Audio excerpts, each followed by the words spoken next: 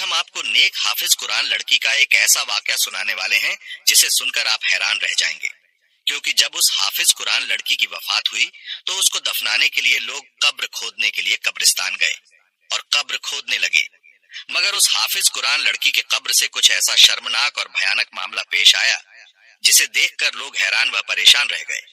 آخر اس حافظ قرآن لڑکی ایسا کون سا گناہ کیا کرتی تھی جس گناہ کو کرنے سے اس پر اتنی بھیانک اور شرمناک عذاب نازل ہوا؟ کیونکہ وہ ایک حافظ قرآن اور نیک پرہیزگار لڑکی تھی، پھر بھی اللہ کا ایسا عذاب کیوں نازل ہوا؟ اس مکمل کہانی کو جاننے کے لیے ہمارے ساتھ آخر تک رہیے گا، تبھی آپ کو پوری کہانی سمجھ میں آئے گی۔ تو چلیے آج کی یہ عبرت ناک واقعہ کو سنتے ہیں۔ عبد الکریم فجر کی نماز ادا کرنے کے بعد صبح صبح قبرستان کی اور جانے لگا، کیونکہ عبد الکریم ایک گورکھ تھا۔ گورکھ اردو بھاشا میں قبر کھودنے والے شخص کو کہتے ہیں۔ اس علاقے میں جتنے بھی لوگوں کی انتقال ہوتا، سب کی قبر عبد الکریم ہی کھودا کرتا تھا۔ ہر بار کی طرح عبد الکریم کو خبر مل چکی تھی کہ محلے میں ایک جوان لڑکی کی وفات ہوئی ہے۔ عبد الکریم قبر کھودنے کے لیے اپنے ساجو سامان لے کر گھر سے نکل پڑا، مگر عبد الکریم جب قبرستان پہنچے اور بتائی ہوئی جگہ پر قبر کھودنے کے لیے گیا تو اسے عجیب سا محسوس ہوا۔ عبد الکریم کو ایسا لگ رہا تھا جیسے کچھ انہونی ہونے والا ہے۔ اسے اپنے وجود میں ایک عجیب سی سنسنی محسوس ہوئی۔ ایسا لگ رہا تھا کہ جیسے پیروں پر منو بھاری پتھر رکھ دیے گئے ہو۔ عبد الکریم کو گزرتا رات ہی بتا دیا گیا تھا کہ ایک حافظ قرآن لڑکی کی وفات ہو چکی ہے، اسی لیے میت کے گھر والوں نے کہا تھا کہ جلدی جلدی قبر کو کھود دینا تاکہ تدفین میں کسی طرح کی دیری نہ ہو جائے۔ گورکھ یعنی قبر کھودنے والے کی عمر 40 سے 45 سال تھی۔ جب اس نوجوان لڑکی کی موت کی خبر سنی تو عبد الکریم انا للہ و انا الیہ راجعون پڑھنے لگا اور کہنے لگا کہ میرے مالک، مجھے یقین ہے کہ یہ تیری بہت ہی نیک بندی ہوگی۔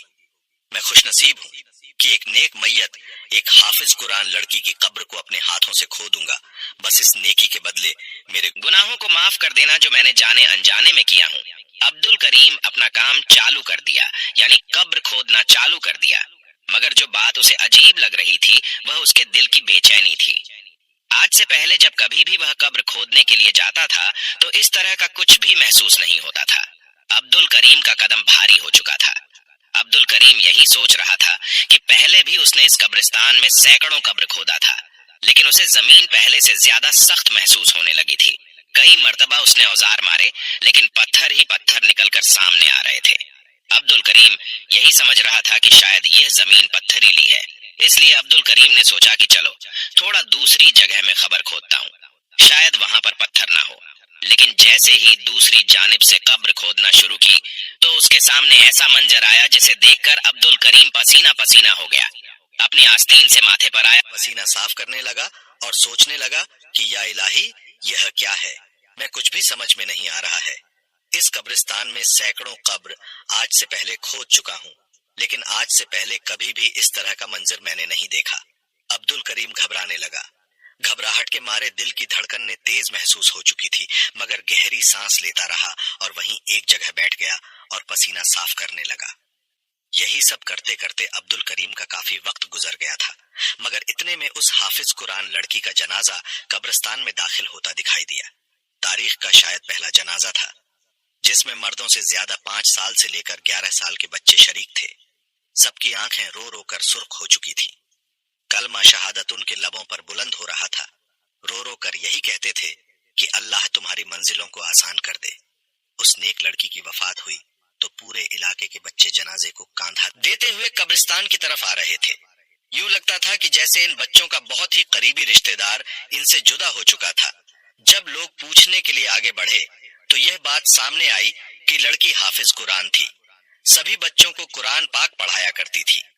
اپنے استاد کے محبت کے خاطر یہ سب بچے جنازے میں شریک ہوئے تھے۔ میت تدفین کے لیے قبرستان میں داخل ہو چکی تھی، جبکہ گورکھ عبد الکریم حیرت اور خوف سے قبر کے پاس اتنے بڑے جنازے کی تعداد کو آتا ہوا دیکھ رہا تھا۔ اس نے بڑوں سے زیادہ بچوں کی اتنی زیادہ تعداد اس سے پہلے جنازے کی شرکت میں نہیں دیکھی تھی۔ وہ بچے یوں رو رہے تھے کہ جیسے ان کی سگی ماں وفات پا چکی ہو۔ کلمہ شہادت زور شور سے بلند تھا۔ जब अब्दुल करीम की नजर कब्र पर गई तो उसको बेहद बेचैनी और घबराहट शुरू होने लगी। जिस तरह से जनाजा लाया जा रहा था, यह मालूम होता था कि जैसे यह लड़की बहुत नेक पाक दामन हो, उससे कोई गुनाह कभी ना हुआ हो। तभी तो लड़की होकर उसके जनाजे में इतने ज्यादा लोगों ने शिरकत की थी। लेकिन जो हालात कब्र के अंदर मौजूद थे, अब्दुल करीम घबरा चुका था और अस्तगफिरुल्लाह का वृद्ध उसके लबों पर मौजूद था। जब उस लड़की की मैयत को कब्र में उतारा जाने लगा तो अचानक मिट्टी हिलने लगी। यूं महसूस हुआ कि जैसे मिट्टी में कुछ मौजूद हो। वहां मौजूद लोगों ने यह मंजर देखा तो उससे पहले सबके रंग उड़ चुके थे। उससे पहले कि वह उस लड़की को कब्र में दफन करते, वहां पर एक बहुत बड़ा काले दो मुंह वाला सांप जमीन से बाहर निकल रहा था। वह मैयत को अपना डंक मारे जा रहा था। लेकिन अगले ही पल वहां मौजूद लोगों ने खौफ से चिल्लाते हुए मैयत को कब्र से ऊपर की जानिब खींच लिया। सांप उस कब्र में ही घूम रहा था।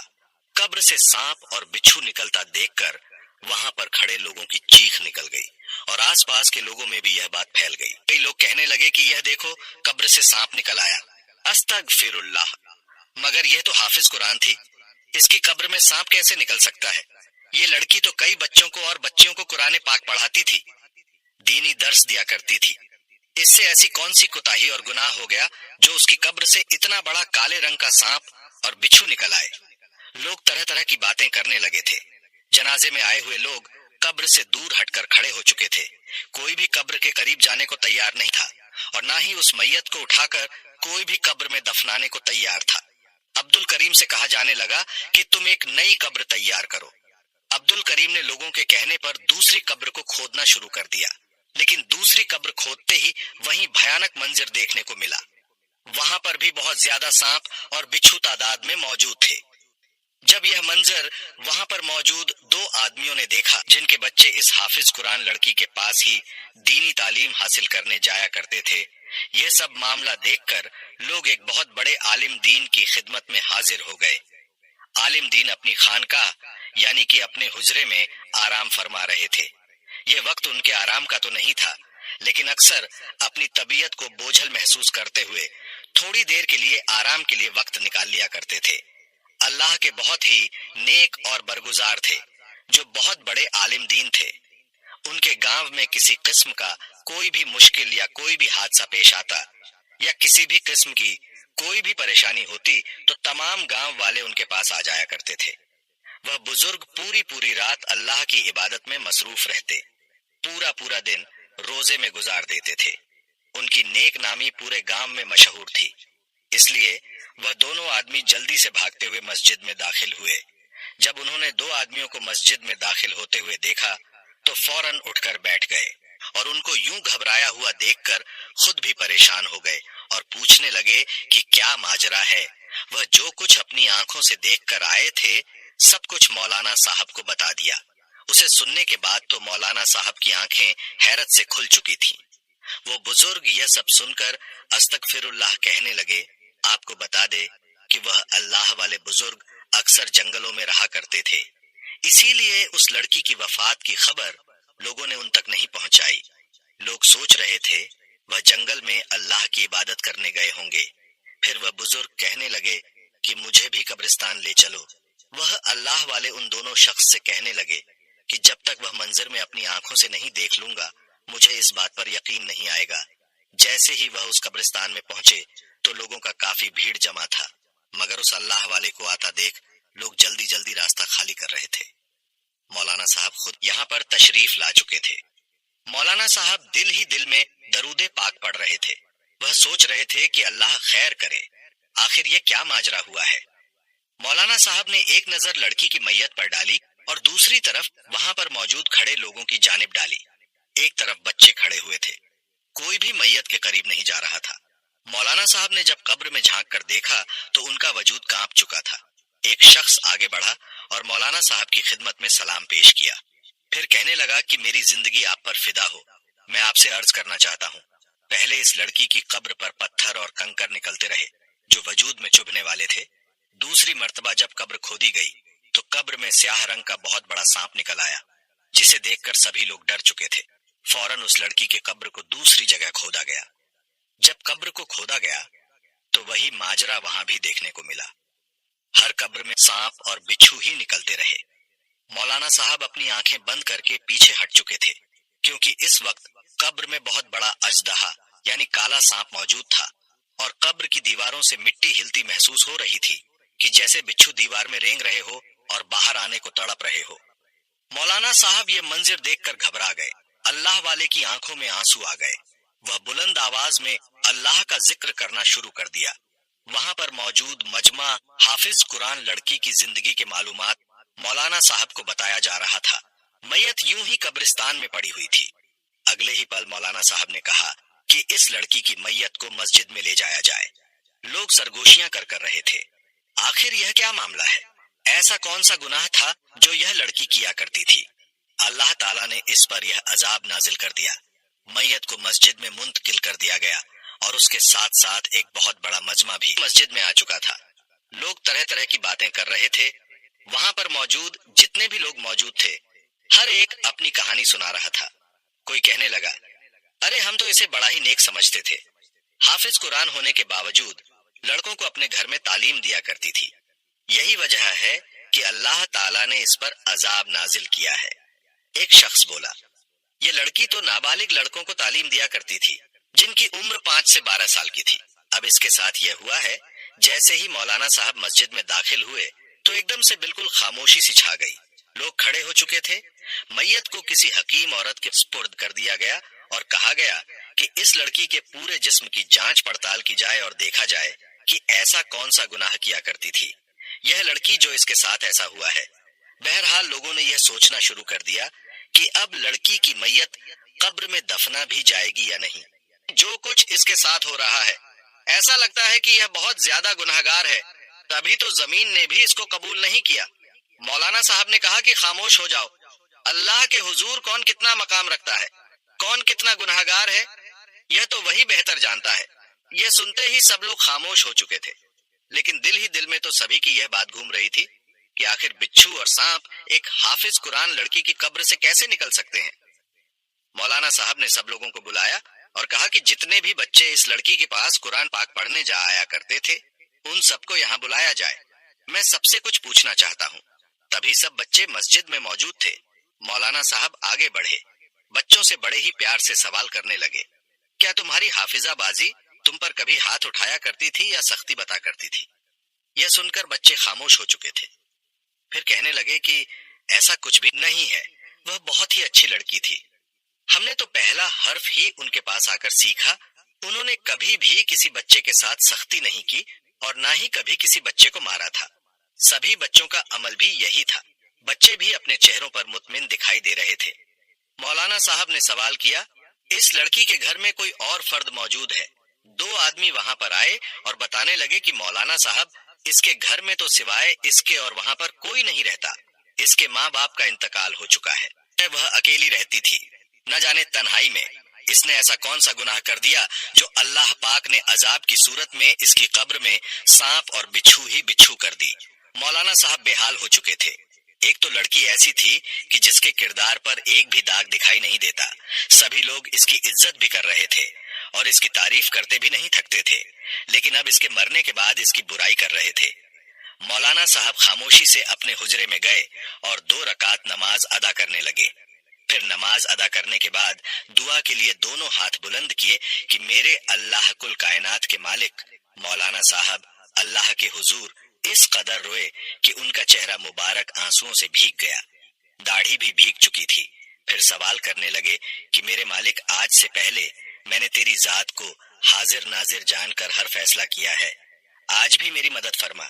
इस लड़की ने ऐसा कौन सा गुनाह कर दिया है, जमीन इसको कबूल करने को तैयार नहीं है। रो रोकर इनका बुरा हाल हो चुका था।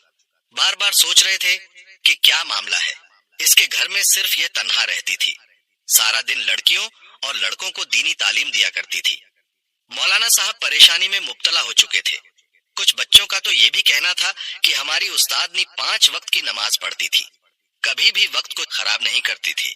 आखिर इतनी नेक लड़की, उसकी कब्र में सांप और बिच्छू, ये एक अनोखा सा वाकया था, क्योंकि मौलाना साहब ने अपनी जिंदगी में आज से पहले ऐसा मामला कभी नहीं देखा था। इस लड़की के घर में तो कोई मौजूद नहीं था, लेकिन फिर भी जब सवाल जवाब किए गए तो यह सब सामने आया कि इस लड़की की एक बहुत ही पक्की सहेली थी, जिससे यह अपनी हर बात, अपना हर राज जाहिर किया करती थी। मौलाना साहब ने कहा कि इसकी सहेली को बुलाओ। एक आदमी बोला कि वह लड़की तो कई माह पहले ही इलाका छोड़कर जा चुकी है। लोगों का कहना था कि दोनों सहेलियों में किसी बात पर अनबन हो चुकी थी और यूं ही वह किसी बात पर नाराज होकर इस गांव को छोड़कर चली गई। मौलाना साहब को हैरत हुई। यकीनन कुछ तो राज था इसके पीछे जो इसकी सहेली को मालूम है, इसलिए मौलाना साहब ने फौरन 2 आदमियों को दूसरे गांव जाने के लिए रवाना कर दिया और कहा कि इसकी सहेली को लेकर आओ। फिर वहां पर ही वही हकीम औरत आई जिसके हवाले से हाफिज कुरान लड़की की मैयत को किया गया। वह थोड़ी घबराई हुई थी। मस्जिद के बाहर मौलाना साहब से मिली तो मौलाना साहब ने उसको देखा तो माथे पर बल पड़ गए। सवाल करने लगे कि बताएं, आपने इस लड़की के वजूद पर क्या जांच पड़ताल की है? कुछ मालूम हुआ? वह कहने लगी कि मौलाना साहब, ये लड़की तो बहुत ही नेक और पाक दामन है। मुझे इसके किरदार से बाल बराबर भी शक नहीं हुआ। ये सब कुछ सुनकर मौलाना साहब खामोश हो चुके थे कि अगर ये लड़की पाक दामन थी और इससे कुछ गुनाह भी नहीं हुआ तो फिर आखिर क्या वजह थी कि यह सब कुछ हो रहा था? हकीकत तो तभी मालूम हो सकती थी जब उसकी सहेली यहाँ पर आ जाए। अब तो वही थी जो अपने मुंह से बोलकर हकीकत बता सकती थी। कई तरह के सवालात थे जो खड़े थे। फिर किसी ने यह कहा कि यह लड़की अकेली रहती थी तो यकीनन रात में किसी लड़के को बुलाकर इसके साथ जिना करती होगी, इसलिए इस पर यह अजाब आ रहा है। वहां पर मौजूद हर शख्स उसके किरदार पर जा रहा था। यकीनन यह लड़की जिना ही करती होगी। दिन की रोशनी में तो नेक बन जाती थी और रात को गुनाहों में डूब जाती थी। 2 दिन गुजर चुके थे लेकिन अभी तक वह आदमी इस लड़की को यानी उसकी सहेली को नहीं ला पाए थे। अजीब सी कशमकश का माहौल बना हुआ था। फिर अचानक आवाज आई कि इस लड़की की सहेली मिल चुकी है। मौलाना साहब जो कि अपने बदन में थकावट महसूस कर रहे थे, खामोश होकर एक सांस लेकर बैठे थे। यह खबर सुनते ही फौरन तेज कदमों से उठकर आगे बढ़े। लड़की सामने मौजूद थी, मुकम्मल पर्दे में थी। उसने एक बुर्खा पहना हुआ था और बहुत ही कम उम्र लग रही थी। लड़की मौलाना साहब को देखकर रोने लगी और कहने लगी, मुझे तो अंदाजा ही नहीं था कि मेरी सहेली के साथ क्या मामला पेश आया है। इन लोगों ने जब मुझे आकर बताया कि मेरी दोस्त सायरा की कब्र पर यह मामला पेश आया है तो मैं तो कांप कर रह गई और फौरन से आपके पास आ गई। मैं तो कभी अपने वहम गुमान में भी नहीं सोच सकती थी कि मेरी सहेली कभी इस तरह के अजाब में मुब्तला हो सकती है। मरने के बाद वह मर्द भी मेरी सहेली पर तबसरा कर रहे हैं जो खुद 10 जगह मुंह मारते हैं। मौलाना साहब ने उस लड़की को देखा तो अगले ही लम्हे उसको कहने लगे कि तुम जानती हो ना कि हमने तुम्हें यहाँ पर किस मकसद के लिए बुलाया है। पूरे गांव में इस लड़की के कई तरह की अफवाहें फैल चुकी हैं। लोग कई तरह के सवाल उसकी जात पर कर रहे हैं और कहते हैं कि यह लड़की अपने गुनाहों की बदौलत इस नौबत तक पहुंची है। इसकी कब्र में सांप और बिच्छू आ गए हैं। यहाँ तक कि गोरखहन ने कई मर्तबा सांप को कब्र से निकालना भी चाहा, लेकिन कब्र में बैठा हुआ सांप इंतहा खौफनाक नजरों से उस मैयत को देखे जा रहा है, जैसे वह सांप सिर्फ उस लड़की को डसना चाहता है। अल्लाह ताला का वास्ता है कि तुम हकीकत बताओ, उस लड़की ने ऐसा कौन सा गुनाह किया है? पहले तो उसकी सहेली रोने लगी, आंखों में आंसू आने लगे। फिर कहने लगी, ये कोई गुनाहगार नहीं थी, न तो जिना करने वाली थी। अमानत दी ने एक गुनाह जरूर किया था, बहुत ही बड़ा गुनाह, जिसकी वजह से मैं इससे दूर हो चुकी थी और इसने सारे रिश्ते नाते तोड़ लिए थे, क्योंकि मैं जानती थी कि अगर मैं यहाँ पर रहूंगी तो एक मर्तबा फिर से मुझे इससे राब्ता जरूर करना पड़ेगा। लेकिन इस जैसी लड़की से मेरा राब्ता रखना मेरे लिए आसान नहीं था, क्योंकि मुझे मेरे माँ बाप मेरी जान से भी ज्यादा अजीज थे। मौलाना साहब उसकी बातों को सुन रहे थे। फिर उस लड़की से पूछना शुरू किया कि तुम बताना शुरू करो, आखिर इस लड़की ने ऐसा कौन सा गुनाह किया था जिसकी बदौलत आज इसके साथ यह सब कुछ हो रहा है? इसने ऐसा क्या किया? वह लड़की कुछ देर तो खामोश रही, फिर कहने लगी कि मौलाना साहब, मैं इस लड़की के पड़ोस में रहती थी। हम दोनों ने एक साथ ही कुरान मजीद हिफ्जा, मगर क्योंकि इसके वालिद पहले ही वफात पा चुके थे, इसीलिए पूरे घर की जिम्मेदारी इस पर थी। घर के खराब हालात की वजह से इसने बच्चों को कुरान मजीद पढ़ाना शुरू कर दिया। इन दोनों माँ बेटियों का गुजर अच्छे से हो रहा था, लेकिन जैसे जैसे उम्र गुजरने लगी, उस हाफिज कुरान लड़की की वालिदा को दौरे पड़ने लगे। वह शदीद बीमार रहने लगी, بیماری اور تیز بخار کا اثر ان کے دماغ پر ایسا ہوا کہ وہ پاگل ہو گئی اور ان کو کچھ بھی یاد نہیں رہتا تھا۔ بچوں کی طرح حرکتیں کرتی تھی۔ پہل تو میری یہ سہیلی اپنی ماں کے لیے بہت رویا کرتی تھی، ان کا بہت خیال بھی رکھتی تھی، لیکن ایسا آہستہ وہ اپنی ماں سے نفرت شروع ہو گئی۔ ماں کے بلانے پر بھی ان کے پاس نہیں جاتی تھی۔ اس کی ماں حاجت کے لیے اپنی بیٹی کو بلایا کرتی تھی تو وہ کام ہی نہیں کرتی تھی، ان کی کوئی بات نہیں سنتی تھی، بلکہ کہتی تھی میں فلاں کام کر رہی ہوں، اس کے بعد آ جاؤں گی۔ ماں یوں ہی بستر پر پاخانہ پیشاب کر دیتی اور وہ خراب ہو جاتا۔ کئی دن وہ اپنی ماں کا بستر بھی تبدیل نہیں کرتی تھی۔ اس کا دل کرتا تو وہ اپنی ماں کو کھانا دے دیا کرتی تھی، ورنہ وہ بیچاری بھوکی پیاسی ہی بیٹھی رہتی اور وہ خود بچوں کو دے دینے میں مصروف رہتی تھی۔ جیسے جیسے مولانا صاحب اس لڑکی کے منہ سے یہ سب کچھ سن رہے تھے، ان کے ماتھے پر مزید بل پڑتے جا رہے تھے۔ غصے سے ان کا چہرہ سرخ ہو چکا تھا۔ کہنے لگے کہ یہ لڑکی سبھی لوگوں کے ساتھ بہت اچھی تھی، نیک کام کرتی تھی، 5 وقت کی نماز ادا کرتی تھی۔ ہر نماز کے بعد اپنی ماں کے لیے دعا کرنے لگی کہ یا اللہ اسے اپنے پاس بلا لو۔ اللہ پاک میں اپنی ماں کی خدمت کر کر کے تھک چکی ہوں، اور یہ وفات پا جائے تو اچھا ہے۔ یہ مجھے ٹھیک سے عبادت بھی نہیں کرنے دیتی، بچوں کو پڑھانے کا بھی ٹائم نہیں دیتی۔ یہ بچوں کو پڑھانے میں رکاوٹ حال کرتی ہے، جس کی وجہ سے بار بار مجھے غسل کرنا پڑتا ہے۔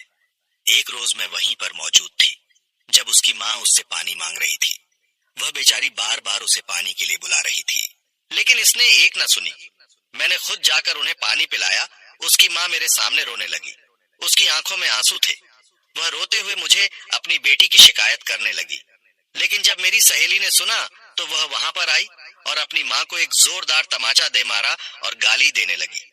کہنے لگی کہ تمہاری خاطر میں نے اپنی زندگی برباد کر دی ہے، میں نے تمہارے لیے کیا کچھ نہیں کیا، ساری کمائی تمہارے علاج پر لگا دی، پھر بھی تم مجھے باتیں سنا رہی ہو، لوگوں کے سامنے مجھے بدنام کر رہی ہو۔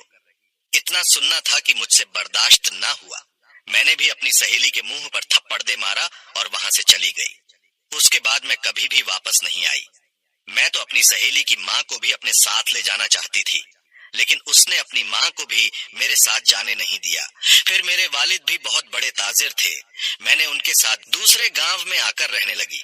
میرے جانے کے بعد اس کی والدہ کا انتقال ہو گیا اور وقت گزرتا رہا۔ آج اس کی والدہ کے انتقال کو ٹھیک 2 ہفتے گزر چکے ہیں اور آج یہ لڑکی بھی وفات پا گئی۔ لوگوں کو پتا چل گیا کہ یہ لڑکی اپنی ماں کے حق میں بہتر نہیں تھی، ماں کو گالی گلوچ کیا کرتی تھی۔ اللہ تعالیٰ کے تو سبھی حقوق پورے کرتی تھی، لیکن جب ماں کا معاملہ آیا تو اس کی نافرمان بن گئی، حق کی بات پورے نہ کر سکی۔ ماں کے ساتھ اس کا رویہ بہت برا تھا۔ قرآن پاک میں ہمارا رب فرماتا ہے کہ اپنے والدین کے سامنے سر جھکا کر رہو اور آپ نے ماں باپ کو کبھی اف تک نہ کہو۔ لیکن یہ بدبخت لڑکی یہ بھول چکی تھی کہ اس نے کتنا بڑا گناہ کر دیا۔ وہاں پر موجود سبھی لوگ رونے لگے، ان کی آنکھوں میں آنسو آ چکے تھے۔ جانے انجانے میں ہی سب لوگوں نے اپنے والد سے معافی مانگی اور اپنے برے رویے کا سب کو بہت ہی پچھتاوا تھا۔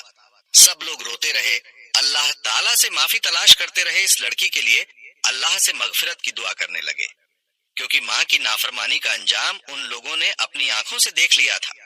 پھر اس لڑکی کو جب قبر میں اتارا جانے لگا تو ابھی بھی ایک بڑا اژدہا وہاں پر موجود تھا اور زہریلے بچھو بھی پھن پھیلائے بیٹھے تھے۔ مولانا صاحب کہنے لگے کہ اب یہ اس کا اور اللہ کا معاملہ ہے، اس کو قبر میں اسی طرح دفن کر دیا جائے۔ اب وہ سانپ اس حافظ قرآن لڑکی کے ساتھ ہی دفن ہو چکا تھا۔ استغفر اللہ۔ پیارے دوستوں، ایک بات ہمیشہ یاد رکھیے، معاملہ جتنا بھی سنگین ہو جائے، کبھی بھی ماں کی شان میں گستاخی نہ کرنا۔ ماں باپ کا نافرمان نہ ہی دنیا میں کبھی خوش رہ سکتا ہے اور نہ ہی آخرت میں، بلکہ عبرت کا نشان بن جاتا ہے۔ ماں باپ کا نافرمان ہمیشہ ذلیل ہوتا ہے، نہ ہی اس کو قبر برداشت کرتی ہے اور نہ ہی جہنم کی آگ برداشت کرتی ہے، اور اس کی اولاد بھی اس کی کبھی بھی فرمانبردار نہیں بن سکتی۔ اللہ پاک سے دعا ہے کہ اللہ تعالی ہمیں بھی ماں باپ کا فرمانبردار بنائے۔